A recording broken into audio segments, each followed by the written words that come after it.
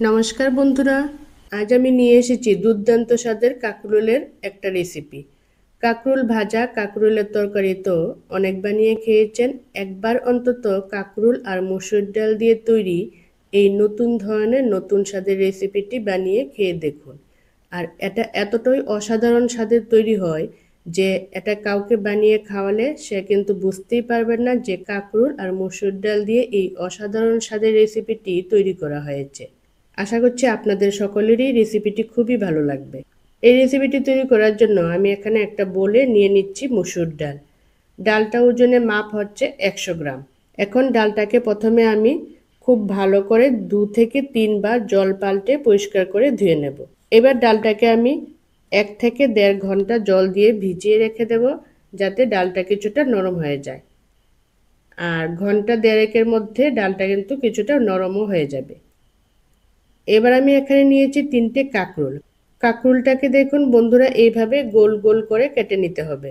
দেখেই বুঝতে পারছেন, খুব বেশি মোটা বা খুব বেশি পাতলা করে কাটবেন না। ঠিক যেমনভাবে কাঁকরোল ভাজার সময় কাটা হয়, ঠিক সেরকমভাবে কেটে নিতে হবে।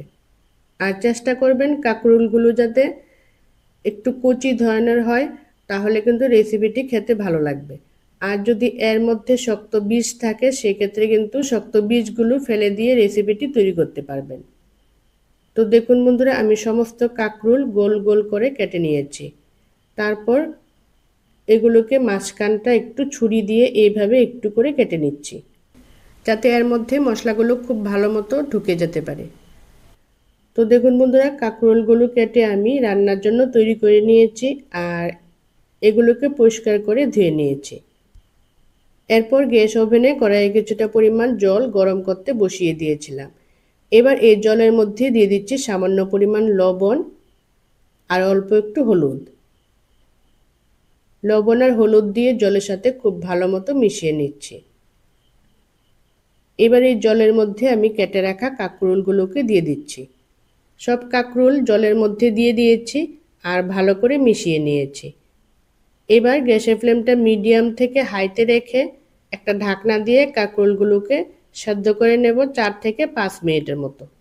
দেখুন বন্ধুরা, 5 মিনিট হয়ে গেছে, ঢাকনা আমি তুলে নিয়েছি। এবার আমি কাঁকরোলটাকে খুব ভালো করে জল ঝরিয়ে তুলে নিচ্ছি একটা প্লেটে ঠান্ডা হওয়ার জন্য। দেখেই বুঝতে পারছেন, কাঁকরোল খুব বেশি সেদ্ধ করে নরম করে ফেলবেন না, মোটামুটি 50%-এর মতো এটাকে সেদ্ধ করে নিতে হবে। এদিকে দেখুন বন্ধুরা, প্রায় ঘন্টা দেড়েকের মতো আমি জলের মধ্যে মসুর ডালটা ভিজিয়ে রেখেছিলাম। ডালটা দেখুন বন্ধুরা, বেশ ভালো মতো নরম হয়ে গেছে। এরপর আমি একটা মিক্সিং জার নিয়ে নিচ্ছি। এবার এর মধ্যে মসুর ডালটা আমি দিয়ে দিচ্ছি। তো সব মসুর ডাল আমি দিয়ে দিয়েছি। এবার এর মধ্যে দিয়ে দিচ্ছি একটা মাঝারি সাইজের পেঁয়াজ কুচি। পেঁয়াজটা এখানে খুব বেশি দেওয়ার দরকার নেই, একটা মাঝারি সাইজের দিলেই হবে। সাথে দিয়ে দিচ্ছি 5-6 কোয়া রসুন। রসুন দেওয়াটা এখানে সম্পূর্ণ অপশনাল, আপনারা একটা রসুন ছাড়াও তৈরি করতে পারবেন। আর দিয়ে দিলাম অল্প একটু আদা, ঝালের জন্য 3টে কাঁচা লঙ্কা। এবারে সব কিছু একসাথে একটা পেস্ট তৈরি করে নেব। আর এই পেস্টটা তৈরি করার সময় কোনোভাবেই জল ব্যবহার করবেন না, কারণ এর মধ্যে আমি পেঁয়াজ দিয়েছি আর ডালের মধ্যেও কিছুটা জল আছে, সেটা দিয়েই মসুর ডালের পেস্টটা তৈরি করা হয়ে যাবে। দেখুন বন্ধুরা, এই পেস্টটা আমার তৈরি করা হয়ে গেছে। এবার একটা বড় পাত্রের মধ্যে মসুর ডালের পেস্টটা আমি নিয়ে নিচ্ছি। দেখেই বুঝতে পারছেন, এরকম মিহি করে আর শক্ত মতো করে পেস্টটা তৈরি করে নিতে হবে।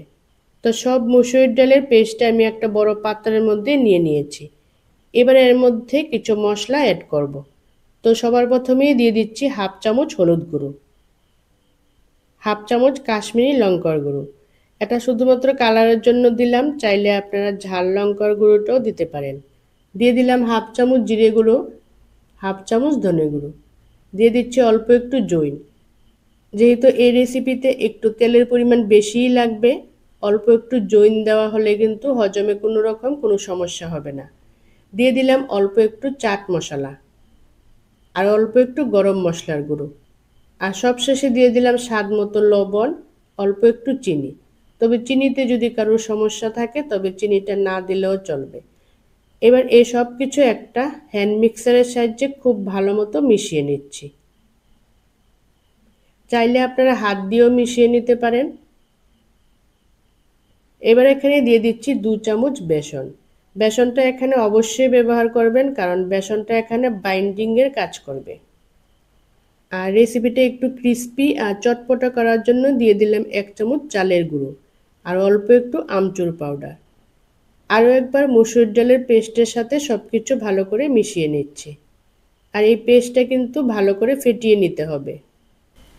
বন্ধুরা, আজকের এই নতুন স্বাদের রেসিপিটি কেমন লাগলো আপনাদের কাছে অবশ্যই কমেন্টস করে জানাবেন, কেননা আপনাদের এই একটা কমেন্টসের মাধ্যমে জানতে পারি যে আমার ভিডিওগুলো আপনাদের কাছে কেমন লাগে।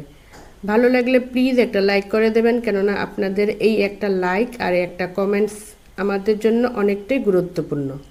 আর আপনি যদি চ্যানেলে নতুন হয়ে থাকুন, প্লিজ চ্যানেলটাকে সাবস্ক্রাইব করে আমার পাশে থাকবেন। তো দেখুন বন্ধুরা, প্রায় 3 থেকে 4 মিনিট আমি মসুর ডালের পেস্টটা ফেটিয়ে নিয়েছি।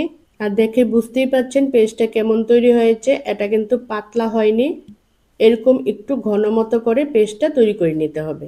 এরপর গ্যাসের মধ্যে কড়াইয়ে পরিমাণ মতো সর্ষের তেল গরম হতে বসিয়ে দিয়েছিলাম।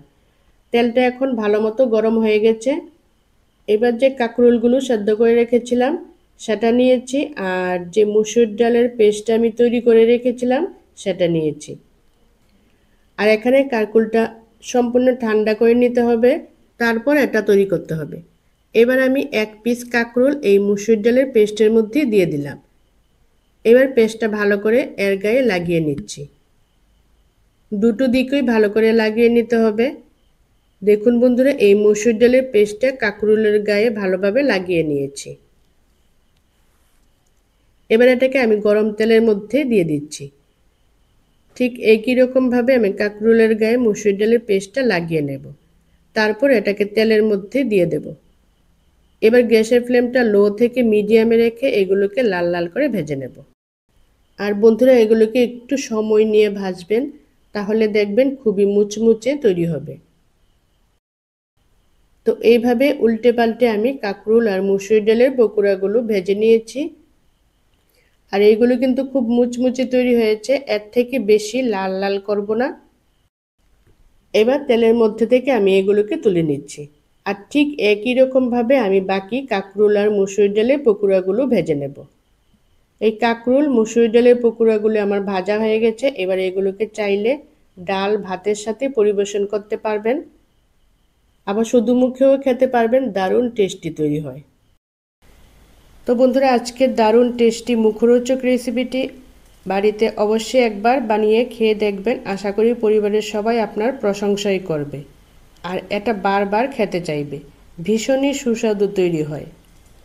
আজ এই অবধি, দেখা হবে নতুন আরেকটি রেসিপির সাথে। শেষ পর্যন্ত রেসিপিটি দেখার জন্য সকলকে অসংখ্য ধন্যবাদ। সবাই ভালো থাকবেন, সুস্থ থাকবেন।